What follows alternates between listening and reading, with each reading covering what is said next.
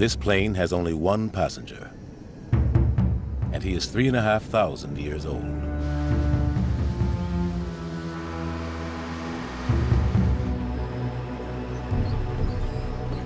He was one of the most powerful kings of the ancient world. His dynasty ruled the greatest empire on earth.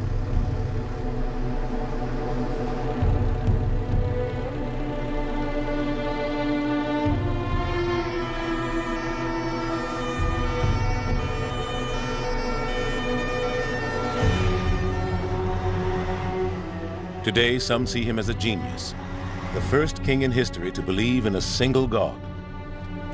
For others, he was a madman and a heretic.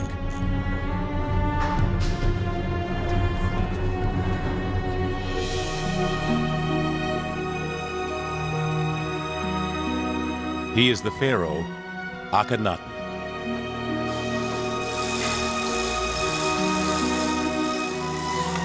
This is the story of Akhenaten and his family. His father, Amenhotep, the richest ruler in the world.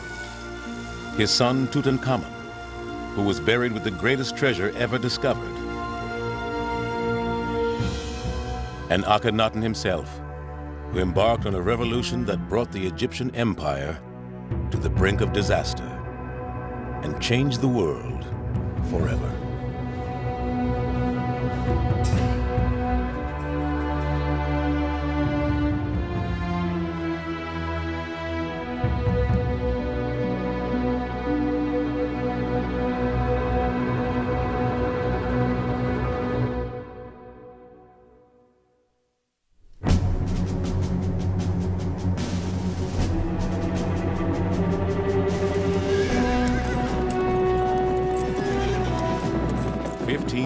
BC.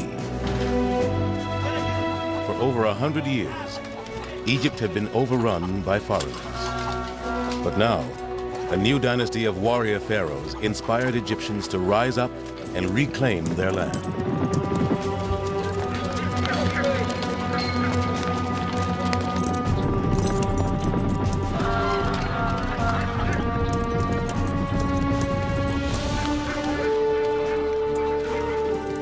Egypt's armies surged beyond their traditional borders. On battlefields deep in foreign territory, they created the largest empire the world had ever seen. It was an empire controlled with an iron fist. There were clear, bloody warnings to anyone who dared to question the new might of Egypt.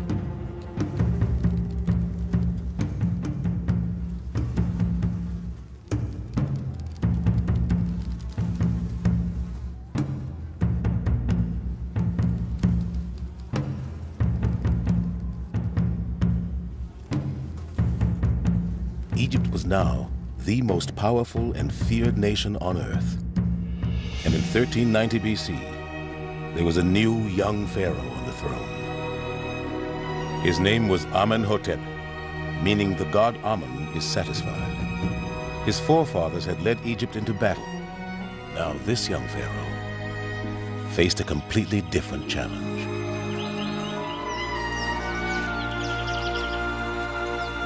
There were no more wars to fight. Egypt was rich, respected, and free.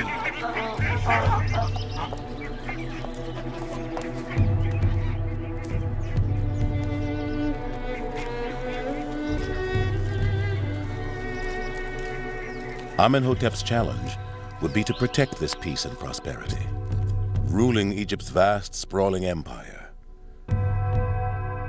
An empire whose riches were the envy of the world. When he comes to the throne, it really marks the beginning of peace. And it's a time when the wealth of all the empire pours into the coffers of the pharaoh.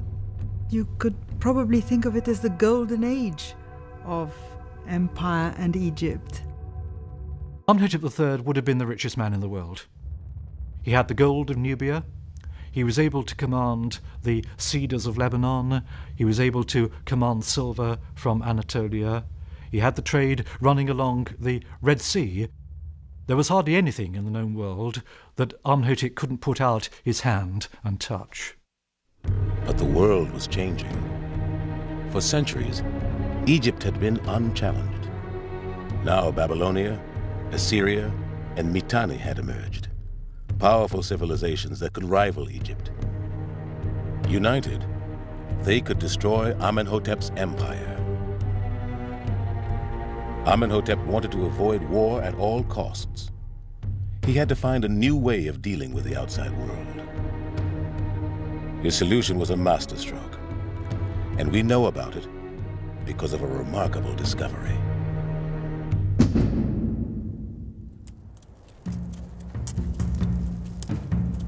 In 1887, a peasant woman was digging near the Egyptian town of Amarna. She was looking for old mud bricks to use as fertilizer. What she found were not the usual rough blocks, but rows of well-preserved clay tablets. The little bits of mud were covered with writing that looked rather like birds' feet had wandered over mud, and the things had been set in the mud after the birds had gone. The lady didn't know what they were, but picked some of them up. These humble clay tablets were not bricks, but letters, and they were the key to Amenhotep's success. The peasant lady had stumbled across the diplomatic record office of the capital of the ancient world. The Amarna letters throw a flood of light onto the politics of the Near East. These small tablets were the correspondence between Pharaoh Amenhotep and the other rulers of the Near East. The strange marks covering them are minuscule writing. They contain as much information as the inscriptions on all of Egypt's greatest monuments. They reveal Amenhotep was controlling his world not with weapons, but with words. The pharaoh had become a diplomat. I would describe it as the most important discovery of the ancient world, probably, in terms of understanding of political life. Not the most visible, not the most artistically appealing, but the politically most significant discovery of the ancient world. At a time when most people on Earth could not read or write, Egypt was conducting a lively dialogue with her rivals.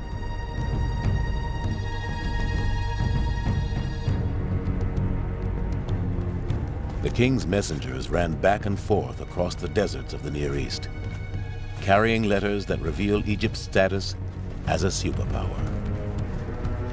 International diplomacy in the days of the Amarna letters would be very familiar to diplomats today. It was really very much like diplomatic interaction between countries even in our own time. The letters show Amenhotep was as good at diplomacy as his ancestors had been at fighting.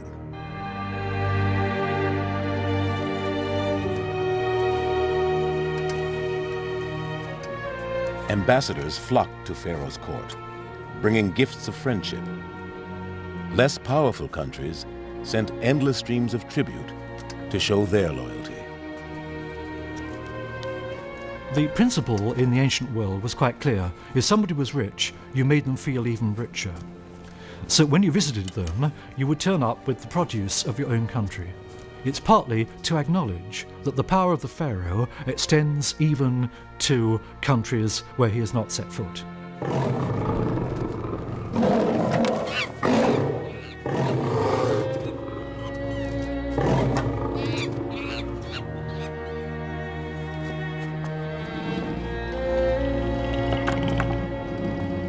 Scenes painted in Egyptian tombs show how these dazzling displays of tribute must have looked.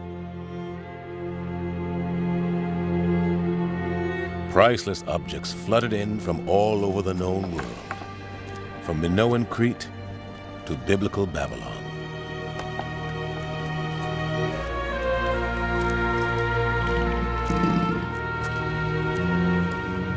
The Nubians will bring giraffes and lions. The Syrians may bring bears, which are found in the mountains of Syria. Other places will bring characteristic animals and birds of their countries.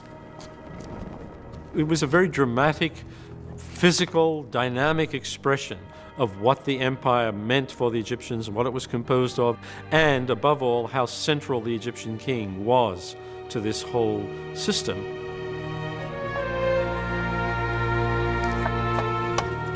Amenhotep calls himself the King of Kings, and the King of Kings is what he must have seemed to the rulers who shared his world.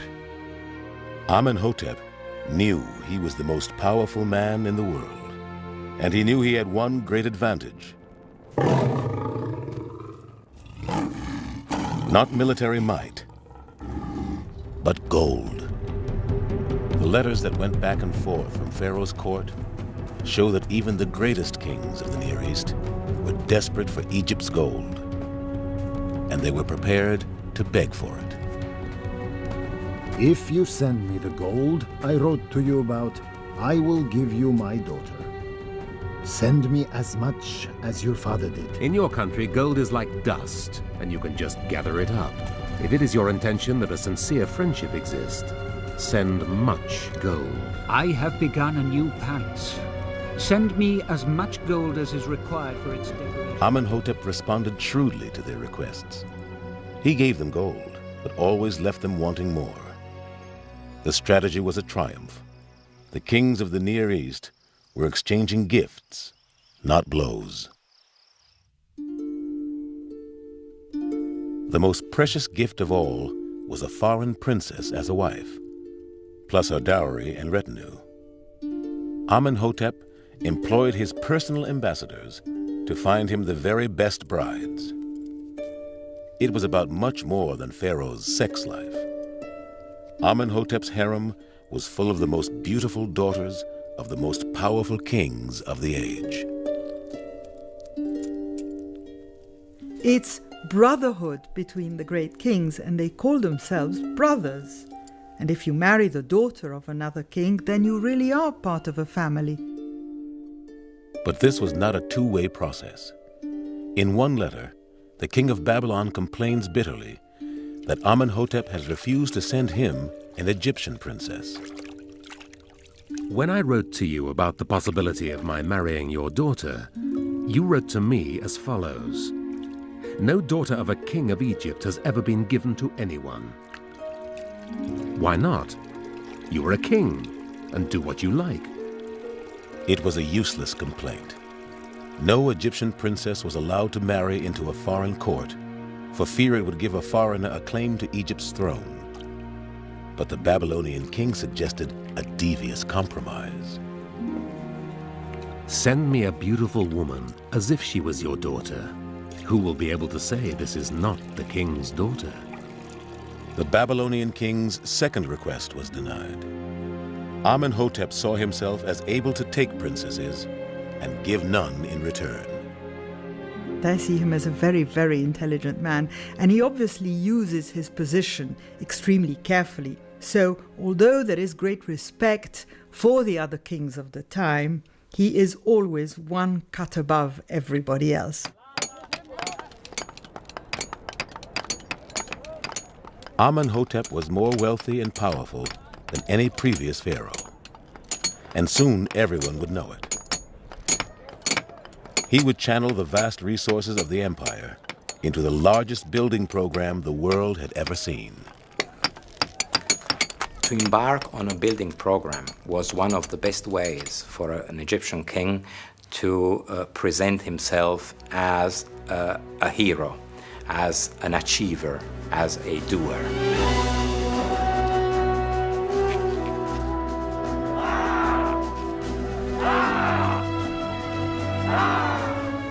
It was work on an epic scale.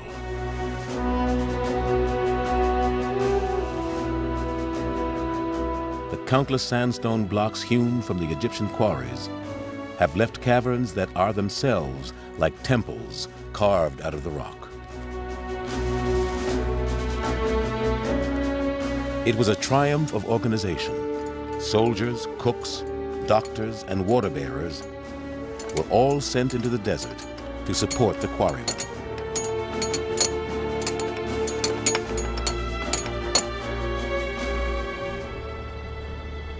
Amenhotep's magnificent new temples did more than advertise his wealth. They also honored the ultimate source of Egypt's glory, her many gods. Amenhotep thanked one god in particular for his success, Amun-Re, the king of the gods. To guarantee the support of Amun-Re, the pharaoh donated great portions of his wealth to the god's main temple. And as the temple grew richer, the temple priests grew more powerful.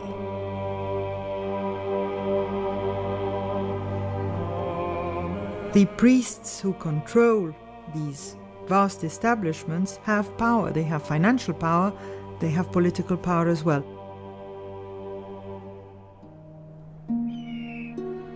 The power of the priests of Amun-Re was beginning to rival Pharaoh himself. But out in the empire, Amenhotep made sure his subjects heard only of his triumphs, not his problems. And Amenhotep had a surprising new way of communicating directly with his subjects. Stones, carved into the shape of dung beetles, had long been used in Egypt as amulets. Now Amenhotep had these mass-produced, portable scarabs, inscribed with news of his latest achievements. Carried across the empire, these propaganda beetles were the first newspapers in history. He wants to proclaim his power, his richness, his achievements to the broadest possible strata of the Egyptian population, and this new scarab was a way to replace a kind of earlier form of TV, if you will, of sending information all over the place. It was by news scarab that the outside world first heard Amenhotep had chosen his queen. In addition to the minor wives in his harem, every pharaoh selected a chief queen. To strengthen the royal line, she was often a sister or close female relative. Amenhotep chose to ignore this royal custom. He proudly announced that he was marrying a commoner, the daughter of a chariot officer, a woman called Ti. The chief queen, Ti. Her father's name is Yuya, and her mother's name is Tuya. She is the wife of a mighty king. We get a sense of a very strong woman. The portraits are extraordinary, and they do for once convey something of the person, because there is no blandness to Queen Ti. You look at her and you think, ooh, she really was something else, this one. Queen Ti was not an easy queen.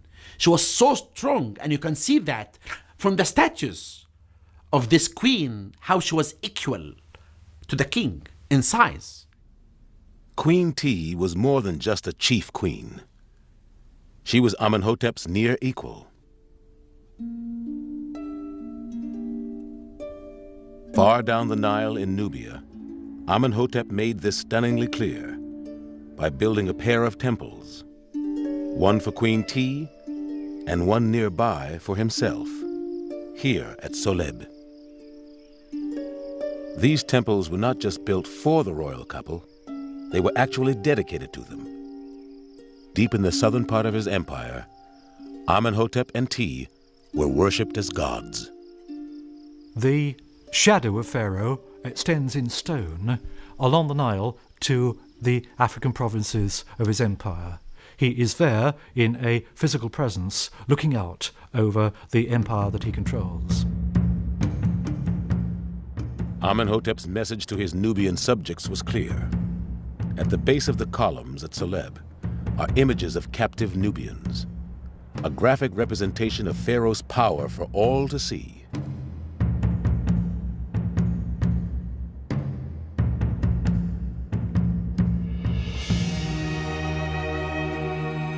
Here in Nubia, it was especially important that Amenhotep was in control. Nubia's mines supplied most of Egypt's gold, and gold was what allowed Amenhotep to control his rivals. The requests from the foreign kings is for gold, gold, and more gold, because, as says one of these kings, in your land gold is as plentiful as dust. It's the Fort Knox of the ancient world. Amenhotep had secured the gold supply. But more and more of this gold was pouring into the temple of Amun-Re. Amenhotep's priests in Thebes now controlled a third of Egypt's wealth. They also interpreted Amun-Re's will, which Pharaoh had to obey. At this stage, the priests of Amun-Re were probably more powerful than they had ever been in the history of Egypt. The high priest of Amun at Karnak would probably in fact have a power superior to that of the king. To shift the power away from Amun-Re's priests, Amenhotep began to show interest in another minor god, the Aten, the visible sun. It could hardly have seemed important, yet it was about to change everything. In 1352 BC, Amenhotep III, the great king, the diplomatic genius, died. Egypt was plunged into mourning.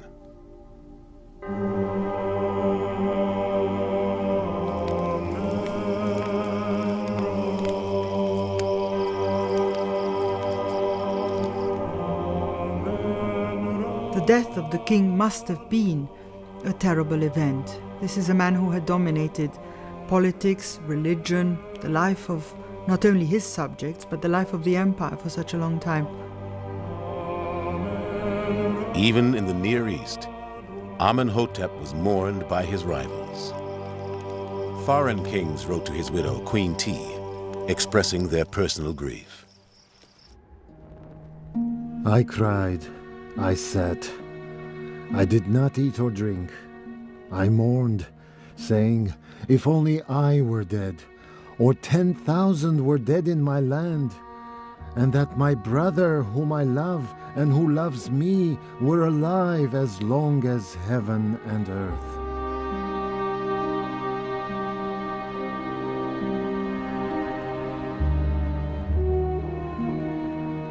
Amenhotep III died in the course of his 39th year. Probably in his last days he could look out over the empire that seemingly the sun would never set over.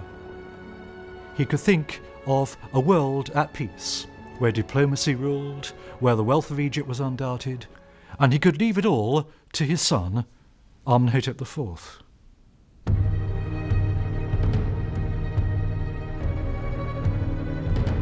Amenhotep IV had grown up in the most powerful family on earth.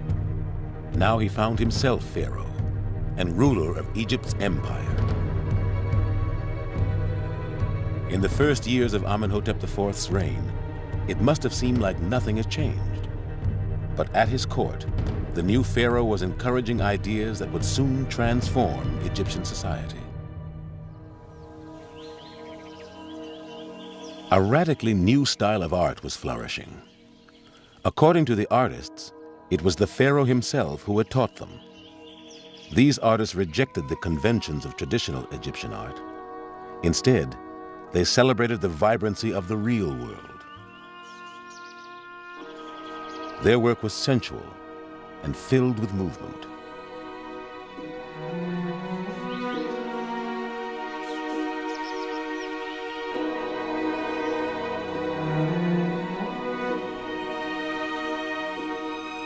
But what shocked Egypt most were the new depictions of the royal family. To a modern eye, they seemed peculiar. To conservative Egyptians, they must have been staggering. Suddenly you get a sort of celebration of ugliness, and the bodies become extraordinarily proportioned. You've got sort of a thin torso and thin shoulders, massive hips on male figures as well as female figures, big buttocks and pendulous thighs, which must have been quite extraordinary for an Egyptian to see. presumably he was actually just trying to make a statement, sort of, hey, I'm different, doing something which completely breaks with tradition, must have been very shocking, and is a very good way, presumably, of getting yourself noticed as someone who is going to do something really quite radical.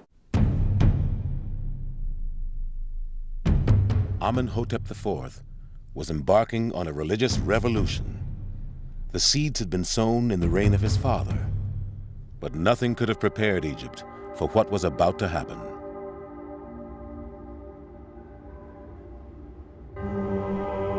In the second year of his reign, Amenhotep IV abandoned Egypt's traditional gods. Even Amon-Ra, the king of the gods, was discarded. His temples were closed, and his priests were evicted. If you want to make a break with the past, you close the temples. You remove the means for these people to use or abuse their power. For this pharaoh, there would be only one god, the Aten, the visible sun. Amenhotep would become the first monotheist in recorded history. He would also be the only priest of his new religion. The pharaoh stands alone, bathed in the rays of the Aten. At a stroke, all the certainties of life that had marked the golden age of his father were swept away. He discarded the name Amenhotep, meaning Amen is satisfied. He would take a new name, Akhenaten, meaning one who is beneficial to the Aten. Akhenaten does seem to have been a very driven person and must have had enormous energy to carry through all the changes he's making. They're much more substantial than just the sort of religion and the art. At the end of the day, he must have restructured in some way the whole way the country was working. Akhenaten had only just begun. Now he planned another astonishing act. To seal the break with the past, he ordered the construction of an entirely new capital city, far to the north of Thebes. It was a desolate site, known as Amarna.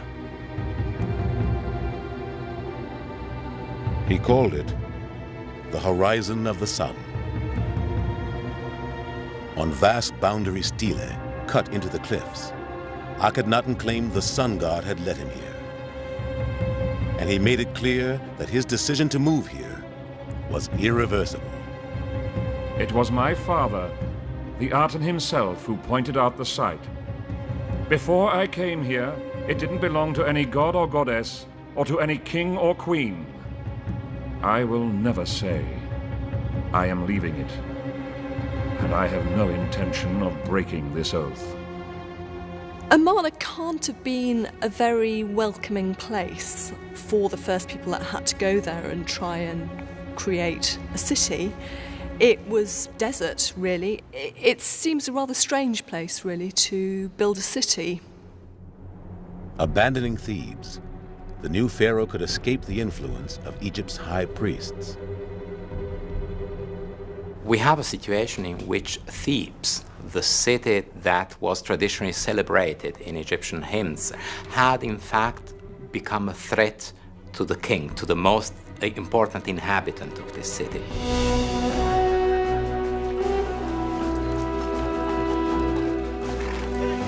Everything in Thebes was packed up. Akhenaten and his entire government, officials, scribes, soldiers, and artisans would move to the new desert site.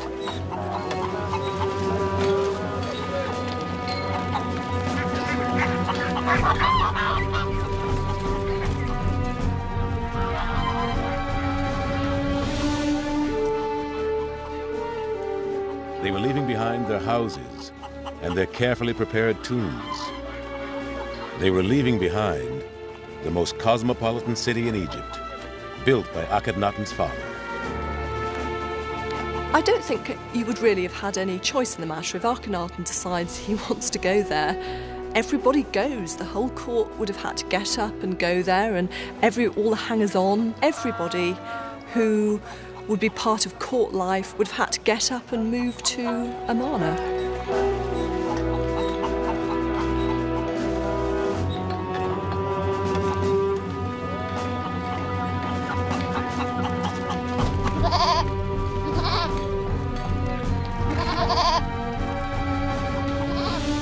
Tens of thousands set out for Amarna. Ahead lay a 200-mile journey up the Nile to a new life in the new city, all part of Akhenaten's great experiment. The new capital city had been built on an unprecedented scale. It was 8 miles long and 3 miles wide.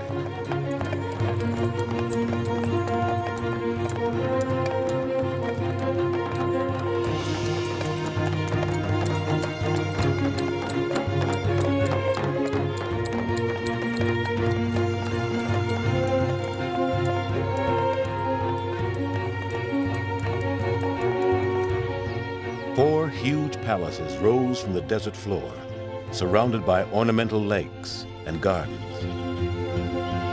And dominating the city was the great temple of the Aten, a temple open to the sun, surrounded by wide roads and open spaces. To a certain degree, Amarna was conceived very much like an American city, was conceived and planned in a way that would account for openness and freedom, we could call it.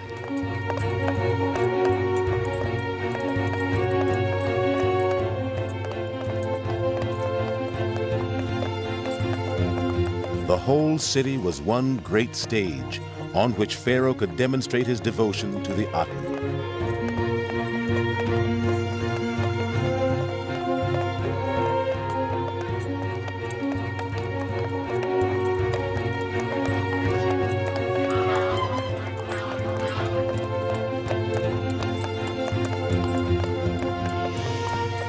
With him at the head of these processions, his subjects could see the woman who had helped him realize his vision, one of the most remarkable women of the ancient world. But her face would not be seen again until the beginning of the 20th century. In the winter of 1912, a German archaeologist, Ludwig Borchardt, came to excavate at Amarna. On December 6th, just before the lunch break, I was called by an urgent note from Professor Ranker, who was supervising the excavations. There, at about knee height in front of us, a flesh-colored neck appeared.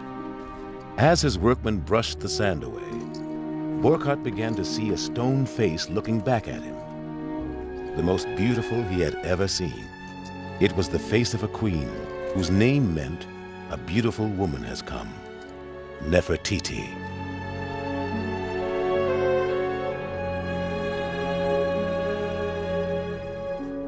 Stunned, that evening Borchardt wrote just one line in his diary. Description is useless. See for yourself. In real life, Nefertiti was as remarkable as her statue. Like her mother-in-law, Queen T, Nefertiti played a prominent role in public life. She and Akhenaten stood together at the head of the new regime. If you look at the role Nefertiti plays in the Amarna period, it is almost as important as that of Akhenaten. So she's there, present all the time. She's even shown in some of the reliefs smiting the enemy, as a pharaoh is always shown. So Nefertiti is not just a beautiful woman, she's a very, very important element in this new and incredible experiment. Nefertiti is also the only Egyptian queen intimately described by her husband. Verses of love and devotion over 3,000 years old. She stands out in the palace, fair-faced and beautiful. At the sound of her voice, rejoicing breaks out. Her appearance fills the king with pleasure. She is the chief queen, the king's beloved. the mistress of two lands, Nefertiti. Nefertiti was not the only woman in Akhenaten's life. In the northern apartments of the palace, Nefertiti brought up their 6 daughters.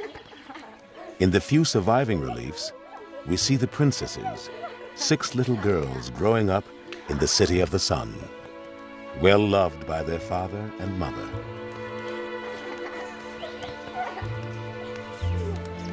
No other royal family in the ancient world seemed so human, so real.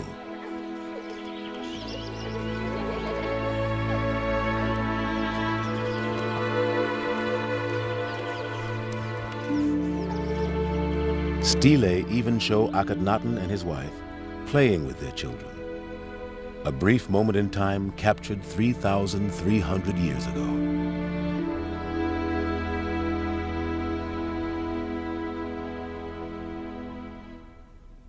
The representations of this divine family are unique. Never before do you see the king or the queen with their children climbing all over them, or the king kissing his child. These are family situations which we would recognize now as very human, and they appear at this time. Freed from the constraints of the old order, life in Amarna was good, at least for now. This success was celebrated in a new type of hymn, which the king himself claimed to have written. The greatest of these hymns is carved in a tomb above the city, a hymn so powerful that phrases from it found their way into the Bible. In it, Akhenaten praised the sun as the creator of the natural world, plants, animals, Egyptians, even foreigners. When you cast your rays, the herds are happy in their pasture. Trees and plants grow green. All the flocks gambol and all the birds come to life because you have risen for them. Even the fish in the rivers leap towards your face. You created the earth to please you. People, cattle and flocks, everything which walks on land or takes off and flies using wings. The general message of the great hymn to the Aten in Amarna is that life comes from the sun god, and life is distributed equally over the earth, equally among nations, equally among people, equally among animals.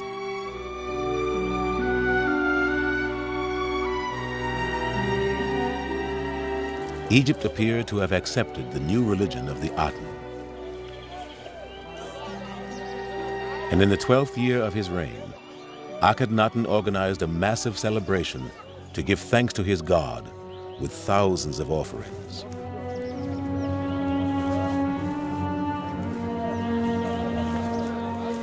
Even the elderly Queen Mother, Ti, paid a royal visit.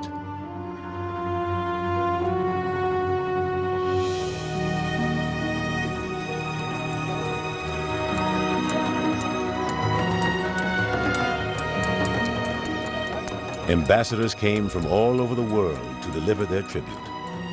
At the head of it all was Akhenaten, and sitting beside him, Queen Nefertiti. There had never been a partnership like it. The incredible experiment appeared to be working. But that same year, in the midst of apparent triumph, Akhenaten's new world suddenly began to fall apart. At the height of her powers, Nefertiti simply vanishes from history. Egyptologists have failed to discover exactly what happened to her.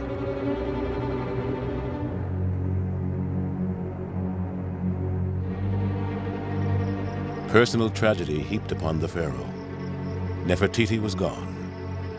His mother, the great Queen Ti, died soon afterwards. So too did one of his minor wives, and even one of his daughters. After 12 years of tolerance, Akhenaten began to turn his power to destructive ends. Once he had been content simply to replace Egypt's traditional gods. Now he actively began to persecute them, and Amun-Re bore the brunt of his fury.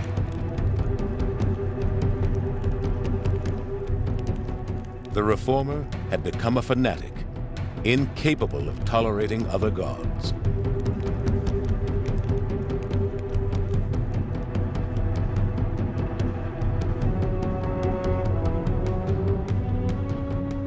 Akhenaten was certainly the first monotheist, but also certainly the first religious oppressor in the history of the world. Wherever they could be found, the name and image of Amun-Re were destroyed. No reference to the god was too far away or too inaccessible. He sent out what must have been armies of men with chisels, along with people who could read the walls and find the names of the gods to be removed. Akhenaten even attacked the memory of his beloved father, Amenhotep, gouging out the part of his name that mentioned Amun. The name Amunhotep means Amun is satisfied. Akhenaten removed the Amun portion of the name of Amun is satisfied because obviously under his reign Amun was certainly not satisfied. And so he in fact inflicted a punishment on his own father's name in order to comply with his own religious views, with his own religious fanaticism. Consumed by his religious fervor, Akhenaten had lost touch with the outside world. Letters poured in to warn Pharaoh that his empire was under threat. Old allies, princes and vassals wrote begging him for help. The king, my lord, should be informed that the king of Hatti has seized all countries that were the vassals of the We've king. been writing to the king, our lord, for 20 years, but we haven't heard a single word back. In Canaan, some locals beat my merchants and stole their money. Canaan is your country, and its kings are your slaves. I keep writing to the palace, but you never reply. Those princes and those people in the east were crying, "Help us!" But his ears did not hear anything. Akhenaten ignored the desperate pleas of his subjects. The empire his father had worked so hard to maintain was now in danger. As their world began to fall apart, Akhenaten's oldest officials must have remembered how things had been under his father. One could say that Akhenaten did all he could in his power to destroy his father's legacy.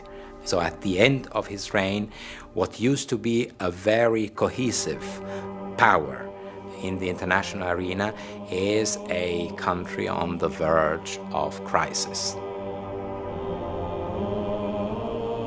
Only the pharaoh's personal charisma held the dream together. Then in 1336 BC, Akhenaten died.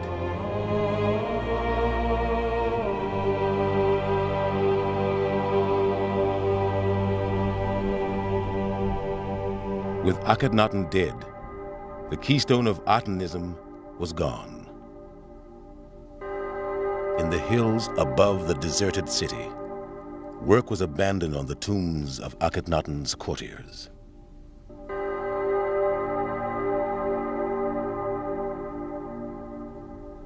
The tombs at Tel El-Amarna are all unfinished and unoccupied. The paintings are barely finished in some cases. It's almost as though somebody has just heard the king has died, we're going away, drop your tools and go.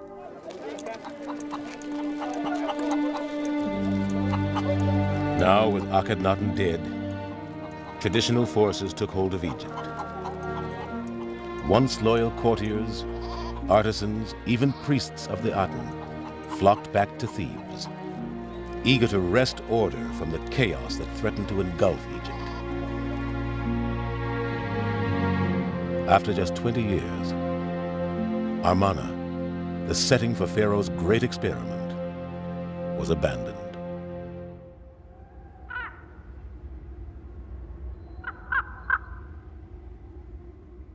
Emerging from the chaos came a new king, a 9-year-old boy. This child pharaoh had grown up in Akhenaten's palaces, his son by a minor wife.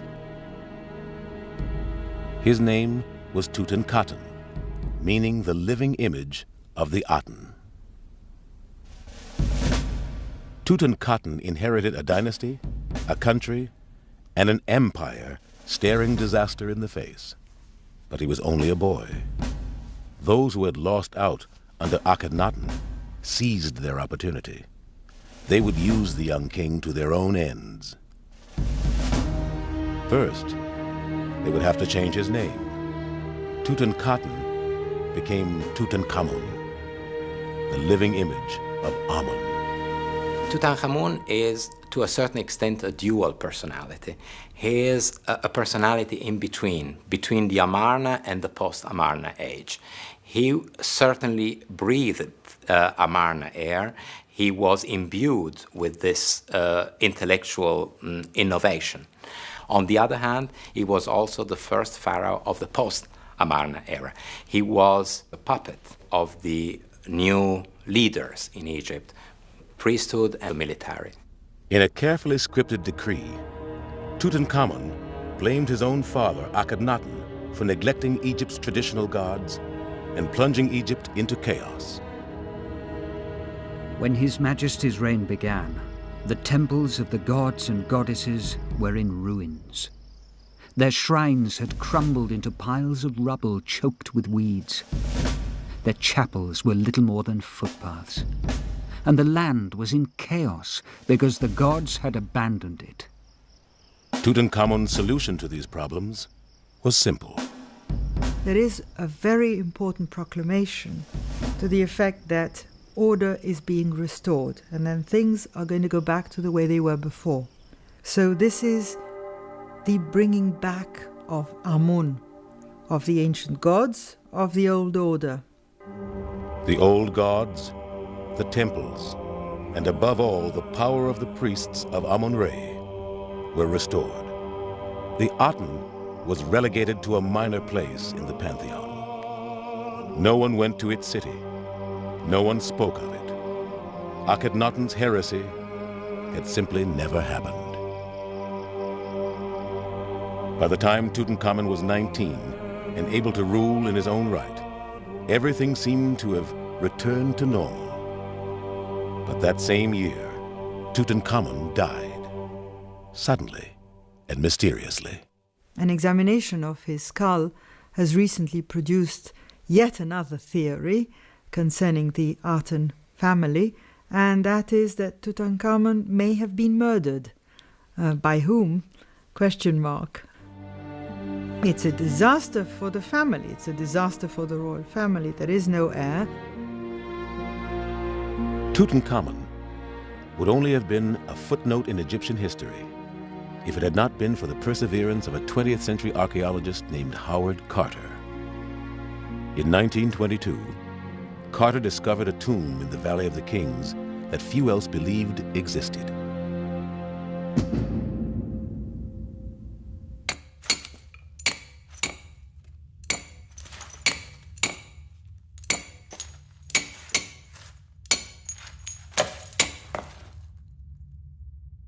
In a single breathtaking moment, he would bring the age of Tutankhamun back to life.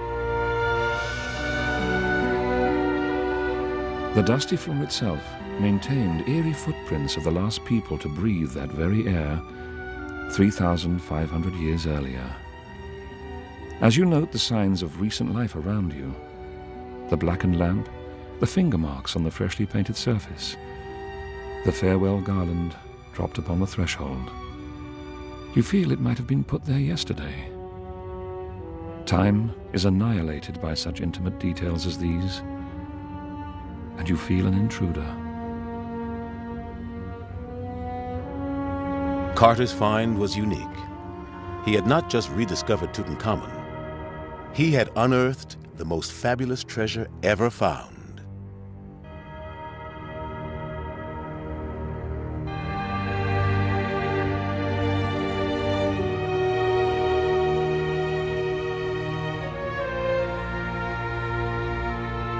32,000 objects and vast quantities of the gold of Egypt's empire were buried with the boy king.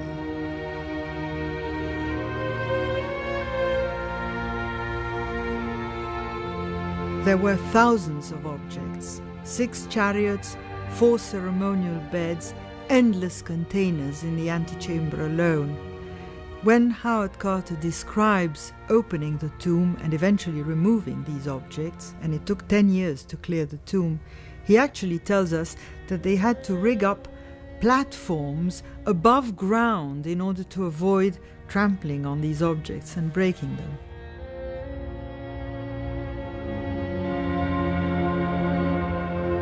In spite of its astonishing contents, Tutankhamun's tiny tomb was not complete.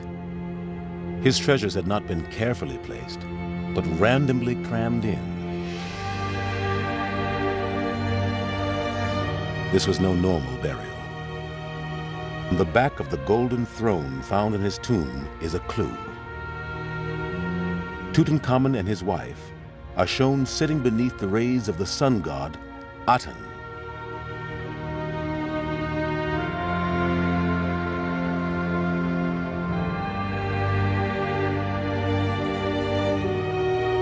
Tutankhamun's officials had taken the opportunity to seal away this reminder of his father's reign and the period they found so shameful.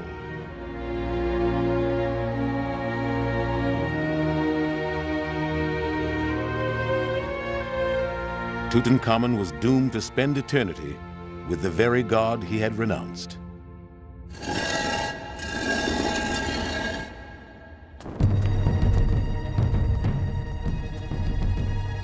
Tutankhamun died without an heir. The backlash could now begin, and it was savage. Every mention of the Aten that could be found was destroyed with ruthless efficiency.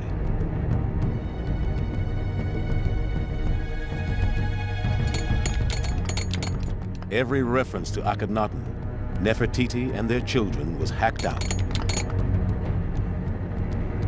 The entire royal family was torn from the pages of history. Everything is obliterated, and Akhenaten, Nefertiti, and this period become as though they had never happened. Akhenaten is a non-person. He's referred to, if ever he is mentioned, as that heretic.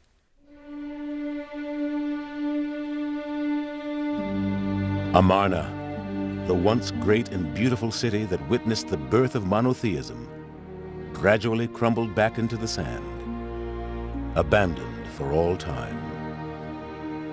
I would say that Egyptian society as a whole saw the Amarna experience as one of its most tragic moments. So much so that the Amarna experience left its trace for hundreds of years. The memory of this very dark period of Egyptian history remained in Egyptian consciousness.